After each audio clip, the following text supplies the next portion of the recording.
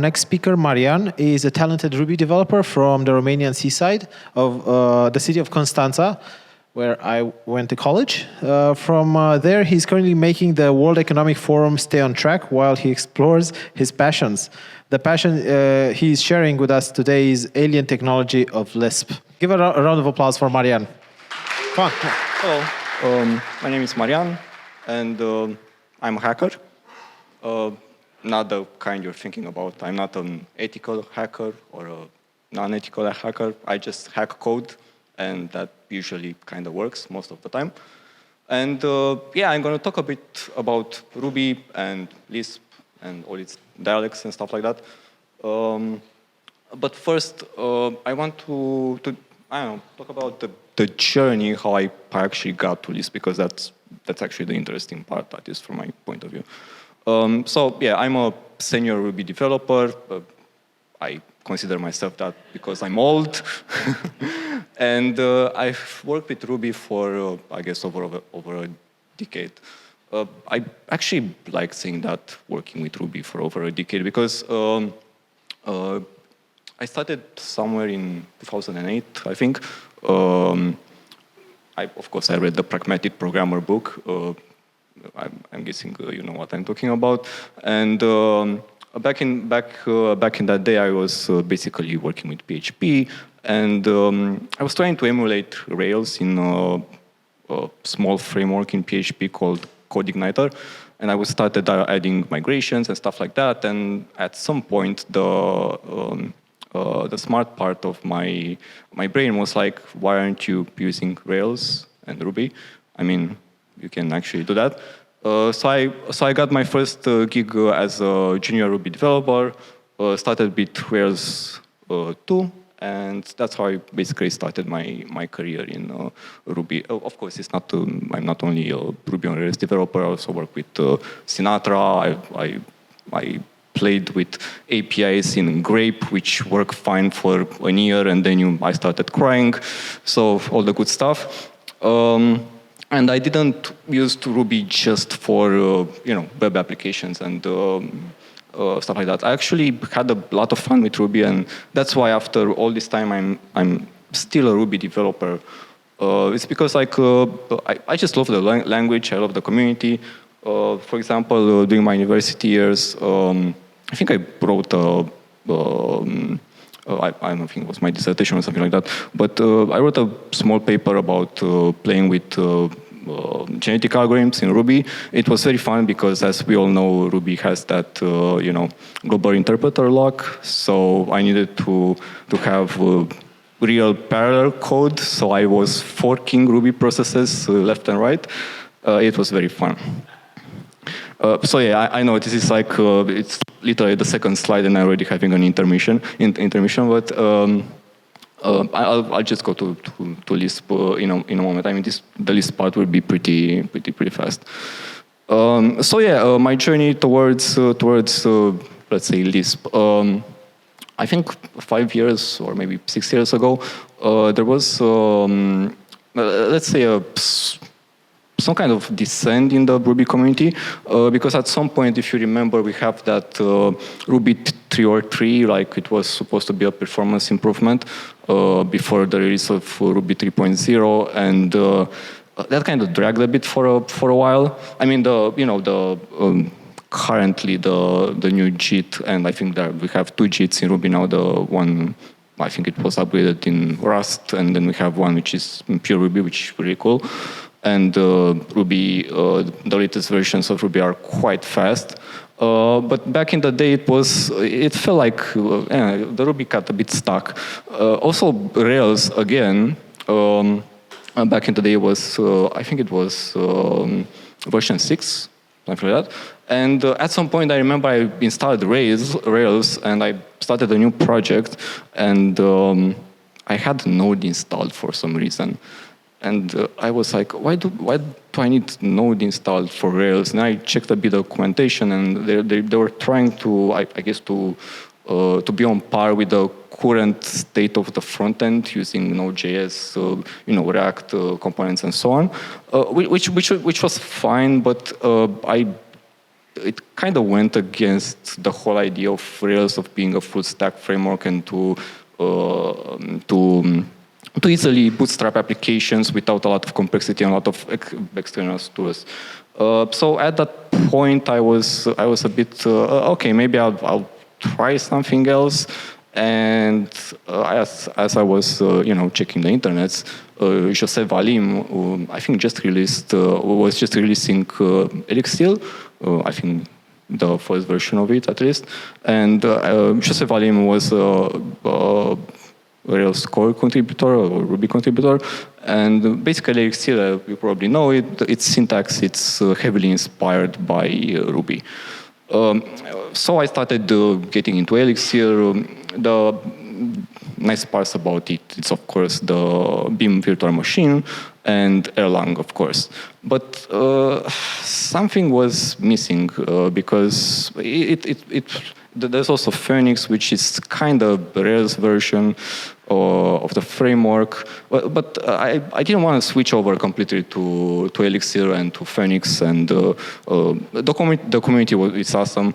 And I know there are a lot of use cases where WhatsApp uses Erlang and processes a lot of requests and stuff like that. And it's really nice. I mean, not necessarily the language, but the Beam virtual machine. It's battle tested, and I just love stuff like you can upgrade code in production and without doing actual deploys.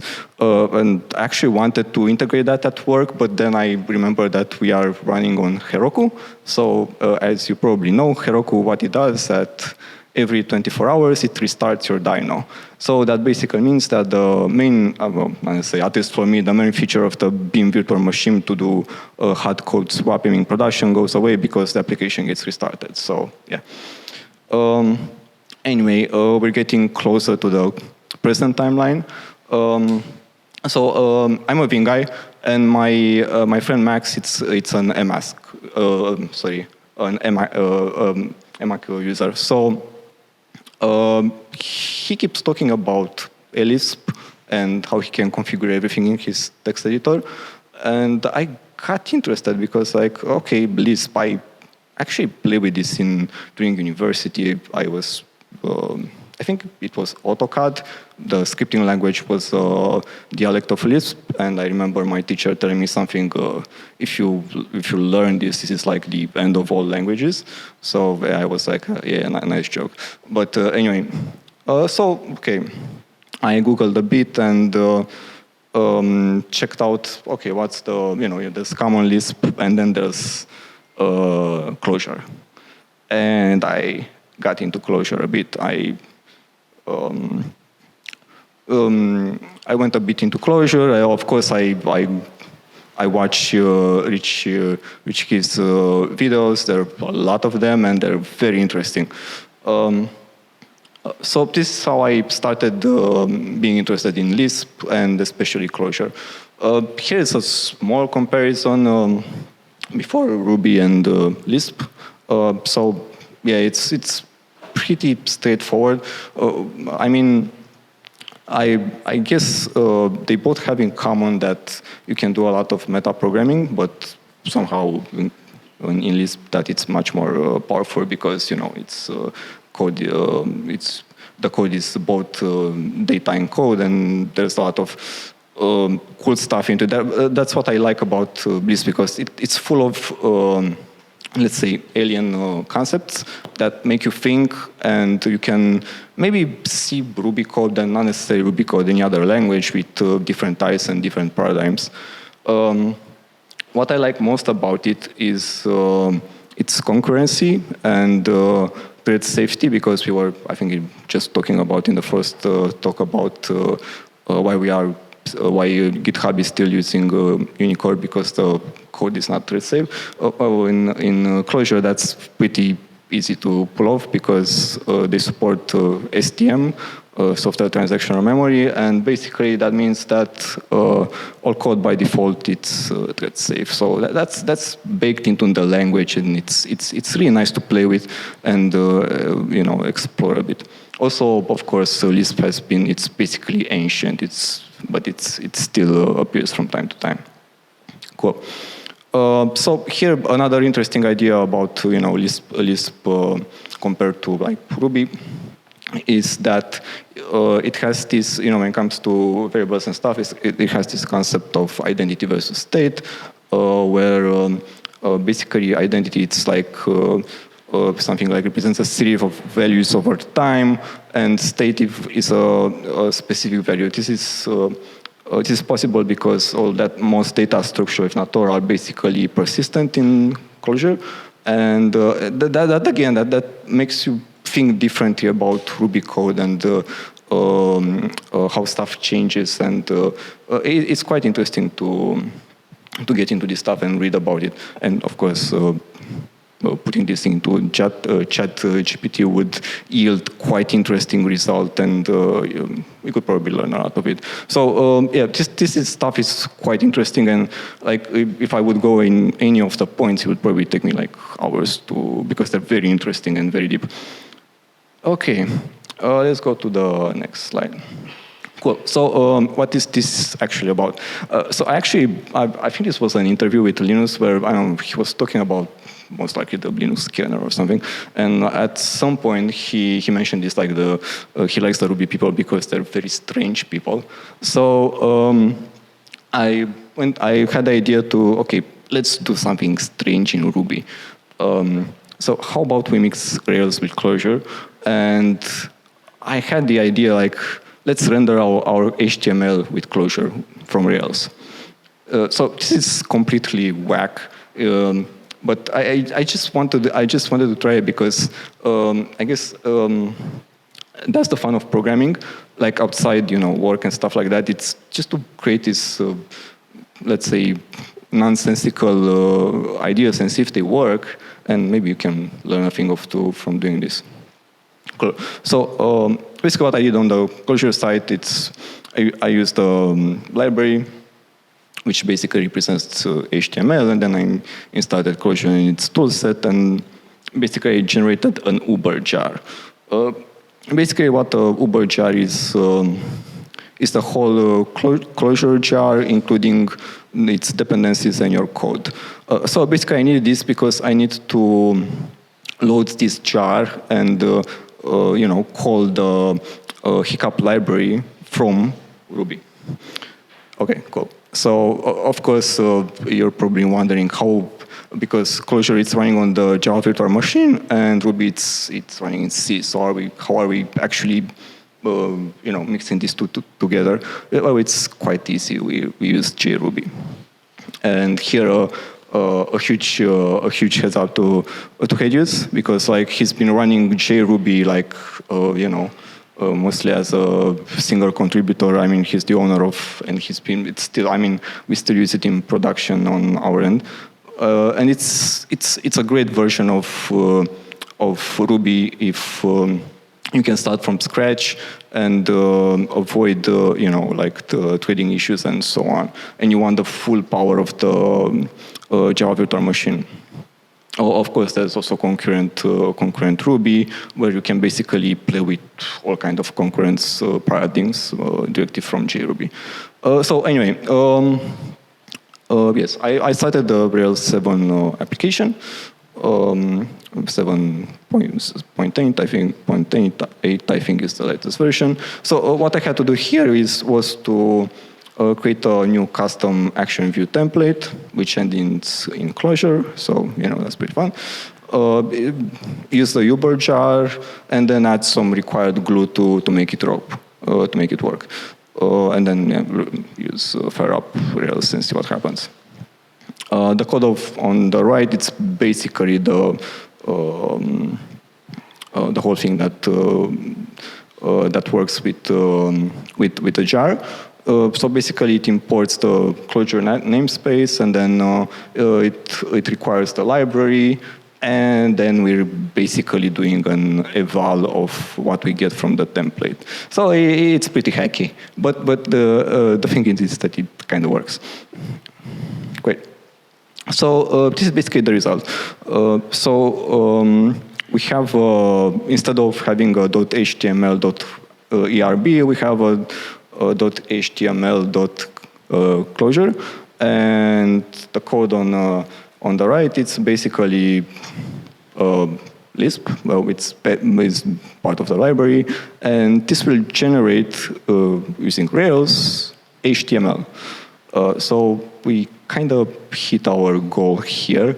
And doing this was very fun to do because there were like a lot of challenges. Like, first of all, like, how do I run Clojure from within JRuby, and then how do I access the library from Clojure from all of this stuff? And there's all kind of glue and glue code and stuff like that.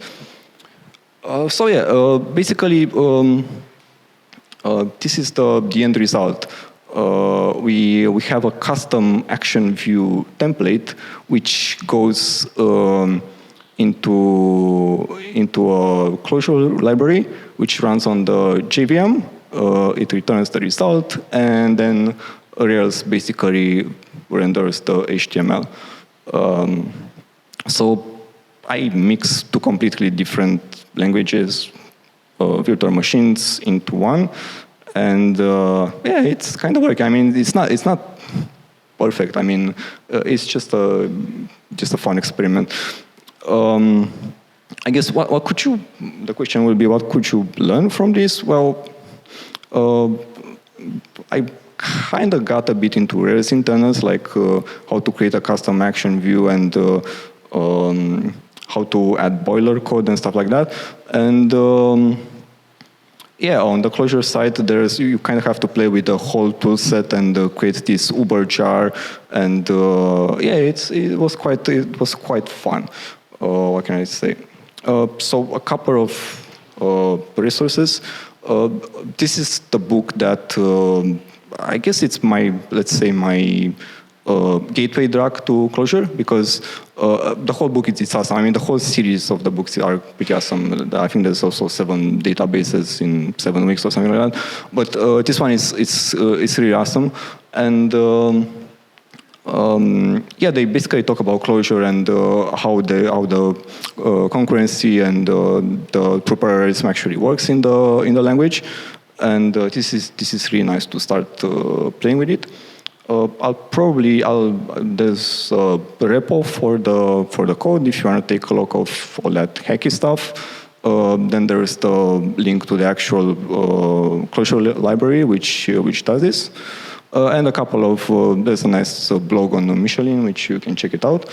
And of course the book. But again,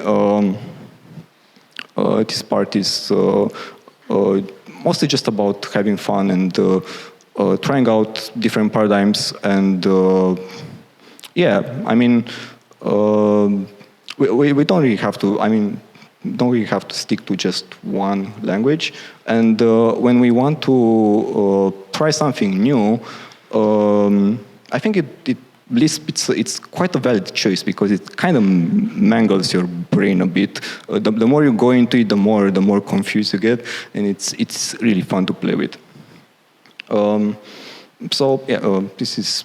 Thank you very much, let's hope the AI won't turn against us because we didn't program it in Lisp. Thank you.